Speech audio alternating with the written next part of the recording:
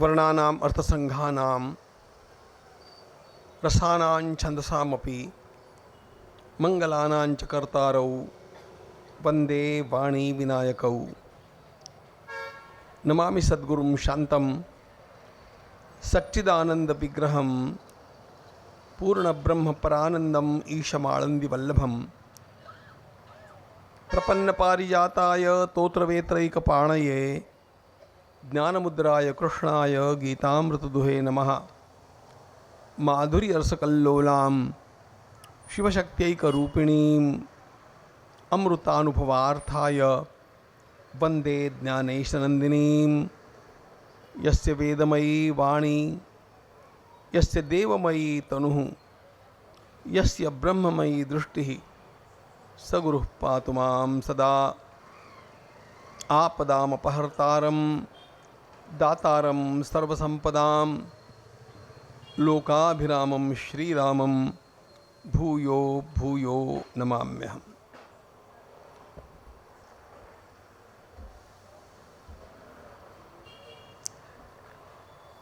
आपल्या स्वातंत्र्याचा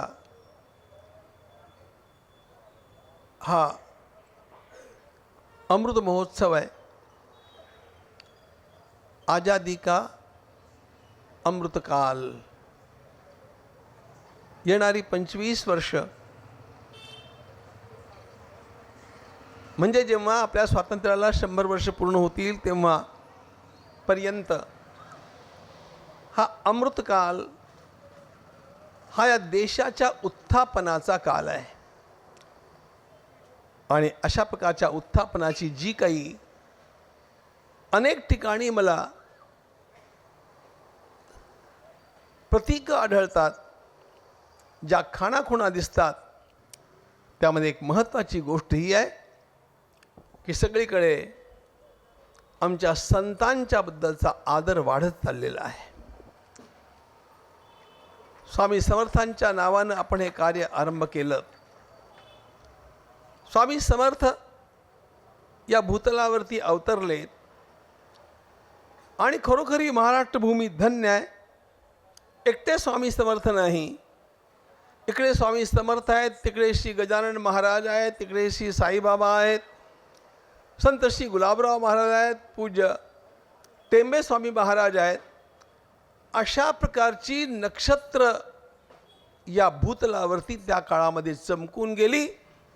त्यांनी खरोखर या देशाचं भवितव्य उज्ज्वल होण्याकरता सर्वात मोठी कृपा आपल्यावरती वर्षवली। तस्माद आत्मज्ञं वर्चयेत् भूतिकामः। वेदांनी सांगितलं की ज्याला वैभवाची इच्छा असेल त्यानं आत्मज्ञान संपन्न सत्पुरुषांची सेवा करावी, त्यांची आराधना करावी। खरं म्हणजे अशा प्रकारची ही आराधना, भगवंताची आराधना, भगवंताच्या सोबतच भगवंताची भक्ती करणाऱ्या या संतांची आराधना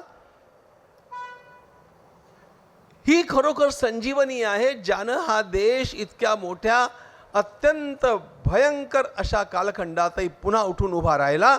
आणि नुसता उठून उभा राहिला नाहीये, तर आता हा देश झेप घेण्याकरता सिद्ध झालेला आहे। स्वामी विवेकानंदांनी जे भविष्य वर्तविलं ते भविष्य अध्यात्माच्या बळावरती वर्तविलं। अध्यात्म हा या देशाचा प्राण आहे। आणि म्हणून तर जगातल्या 48 संस्कृतींच्या पैकी 47 संस्कृती नष्ट होऊन गेल्या, पण एकमात्र उरलेली संस्कृती जी आहे ती भारतीय संस्कृती आहे।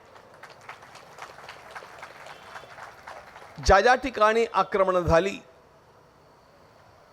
ती संस्कृती नेस्तनाबूत झाली। पुन्हा त्या ठिकाणचं एखादं ग्रंथालय किंवा त्या ठिकाणचं प्रार्थनास्थळ उभं राहू शकलं नाही। पण 5 शतकांच्या संघर्षानंतर सुद्धा पुन्हा रामाचं मंदिर उभं राहिलं।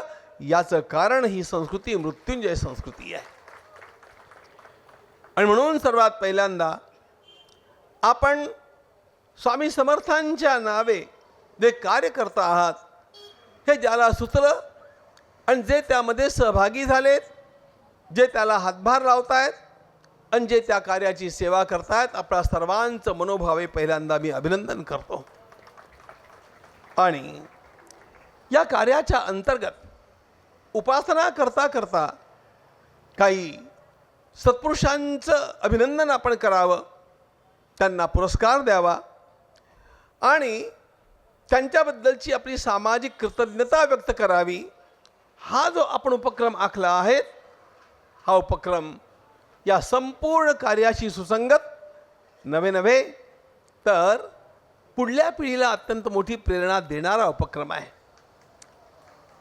त्यासाठी आपण या वेळेला जे व्यक्तिमत्व निवडलं ते व्यक्तिमत्व असं आहे की आज जितके लोक त्याची नोंद घेत आहेत त्यापेक्षा असंख्य पटीनं येणाऱ्या काळातले लोक त्याची नोंद घेणार आहे की अशाही प्रकारचा एक विश्वनाथ त्या पुण्यामध्ये चालता बोलता हिंडून गेला, राहून गेला. पुण्यात शिक्षण क्षेत्रात त्या संस्था कमी नाही आहेत. शिक्षण अत्यंत महत्त्वाचं आहे, याबद्दल शंकाच नाही आहे. दिस इज एज ऑफ नॉलेज. आणि त्यामुळे ज्ञानाला पर्याय नाही, ज्ञाना इतकं श्रेष्ठ अन्य काही नाही असं भगवंतानं स्वतः म्हटलेलं आहे. पण भगवंताला जे ज्ञान अभिप्रेत आहे ते ज्ञान आत्ताच्या शिक्षण संस्था निर्माण करणाऱ्या लोकांना अभिप्रेत नव्हतं. त्या सर्वांना हे इन्फॉर्मेटिव्ह नॉलेज हे अभिप्रेत होतं, म्हणजे ज्यातनं बाहेरच्या सुविधा प्राप्त होतील, पुष्कळ माहिती गोळा होईल आणि ज्यातनं कमावण्याची विद्या शिकता येईल. अशा प्रकारच्या ज्ञानाची विद्यालय आणि महाविद्यालय निर्माण झाली. पण माणूस बनवणारं महाविद्यालय निर्माण करणारे आमचे विश्वधर्मी विश्वनाथजी कराड आहेत.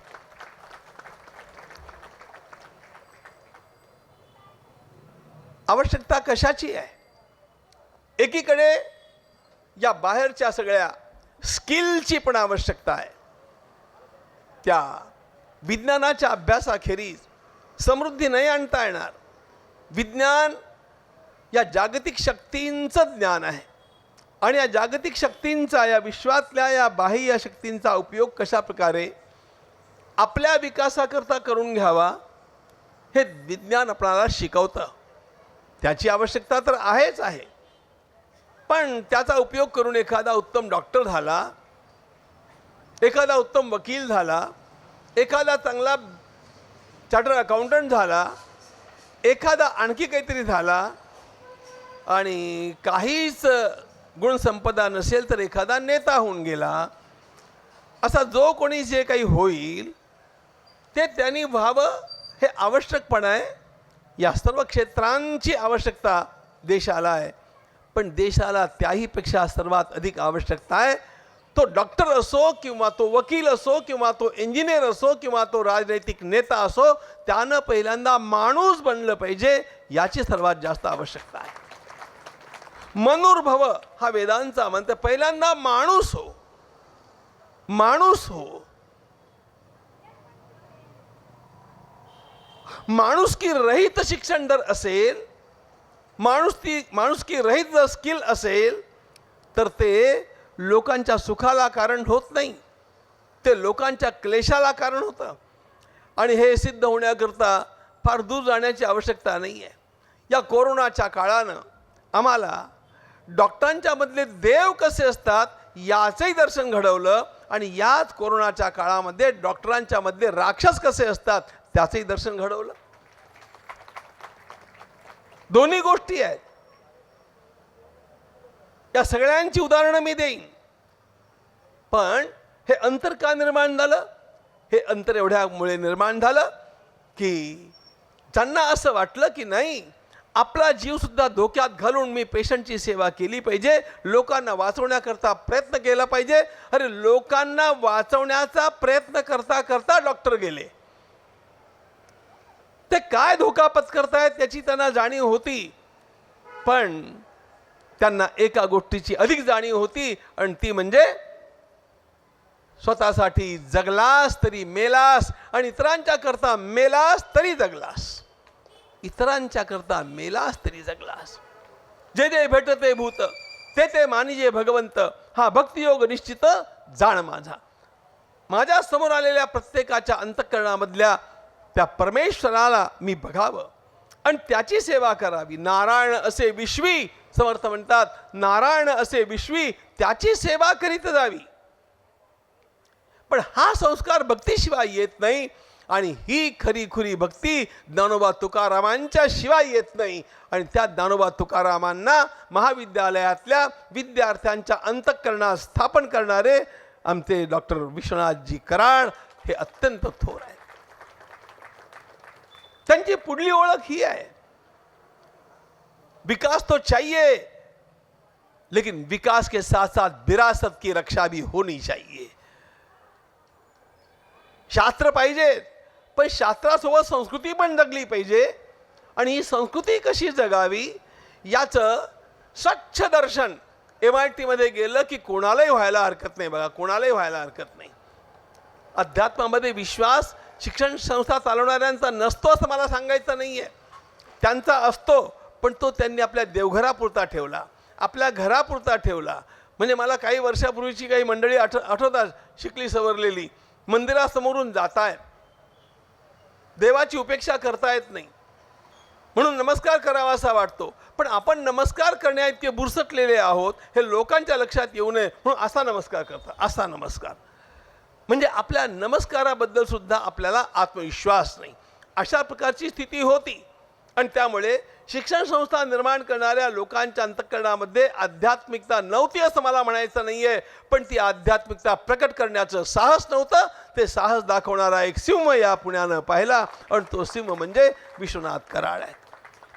आणि म्हणून अशा एका व्यक्तीचं आपण जे आज अत्यंत कृतज्ञतेनं पूजन केलं, ते पूजन करण्याकरता मला साधन बनवलं, त्याचा माध्यम मी बनलो, याचा मला अत्यंत मोठा आनंद आहे.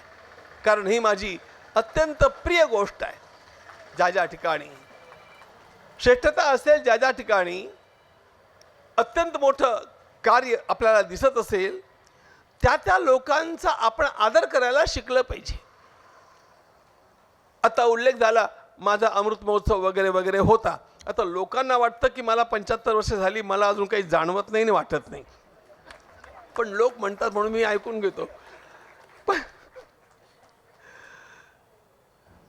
पण जेव्हा हा घाट घातला गेला की काहीतरी उत्सव वगैरे केला पाहिजे, मी म्हटलं बघा, उत्सव करायचा असेल तर पहिली गोष्ट फक्त मला 2 गोष्टी हव्यात, बाकीचं काय तुम्हाला बघायचं ते बघा. मला एक श्रीमद भागवत ऐकायचं आहे, कारण भागवतावरचा ग्रंथ मला ठाऊक नाही. भागवत ही सगळ्या भक्तिशास्त्राची गंगोत्री आहे म्हणून मला भागवत आळंदीत बसून ऐकायचं आहे, पहिली गोष्ट. आणि दुसरी गोष्ट 75 अशा लोकांचा सत्कार मला करायचा आहे ज्यांनी आपलं उभं आयुष्य समाजाची सेवा करण्यामध्ये घालवलं आणि जे प्रसिद्धीपासून परांगमुख राहिले. प्रसिद्धी परांगमुख राहून ज्यांनी समाजसेवा केली अशा लोकांचं मला पूजन करायचं आहे. ही सामाजिक कृतज्ञता आहे. केव्हा तरी आपला सत्कार केला जाईल म्हणून त्यांनी ही समाजसेवा केलेली नाही आहे, पण म्हणून समाजानं त्यांच्याकडे लक्ष देऊ नये असं पण नाही आहे. भर्तृहरीनं फार चांगल्या शब्दामध्ये म्हटलं, कुत्स्यासुक्कु परीक्षकान म्हणयो ये रगत पातिता. अरे, रत्नांना कुठे ठेवलं तर रत्न आपलं तेज पसरवित राहतात, त्यांना त्याची पर्वा नसते की मला कोंदणात ठेवलंय की अन्य कुठे ठेवलंय. पण रत्नांना कुठे ठेवावं आणि रत्नांना केव्हा लोकांच्या समोर आणावं हे आपल्याला कळलं नाही तर त्यामधनं आपली परीक्षा होऊन जाते की आपल्याला पारख नव्हती. तुम्हाला पारख आहे. तुम्ही एका रत्नाची या ठिकाणी आणून अत्यंत मोठी कृतज्ञता भावानं ही पूजा बांधली. यामध्ये सहभागी होण्यात मला फार आनंद आहे. आणि म्हणून अशा प्रकारचा उपक्रम जो पुढल्या पिढ्यांना निश्चितपणे प्रेरक राहील, तो सातत्यानं आपल्याकडनं भगवान स्वामी समर्थ करून घेत राहोत आणि त्याच्याकरता आवश्यक ते सगळं बळ आपणाला त्यांच्या कृपेनं प्राप्त होत राहो अशा प्रकारची त्यांच्या चरणी प्रार्थना करतो आणि थांबतो. भारत माता की जय.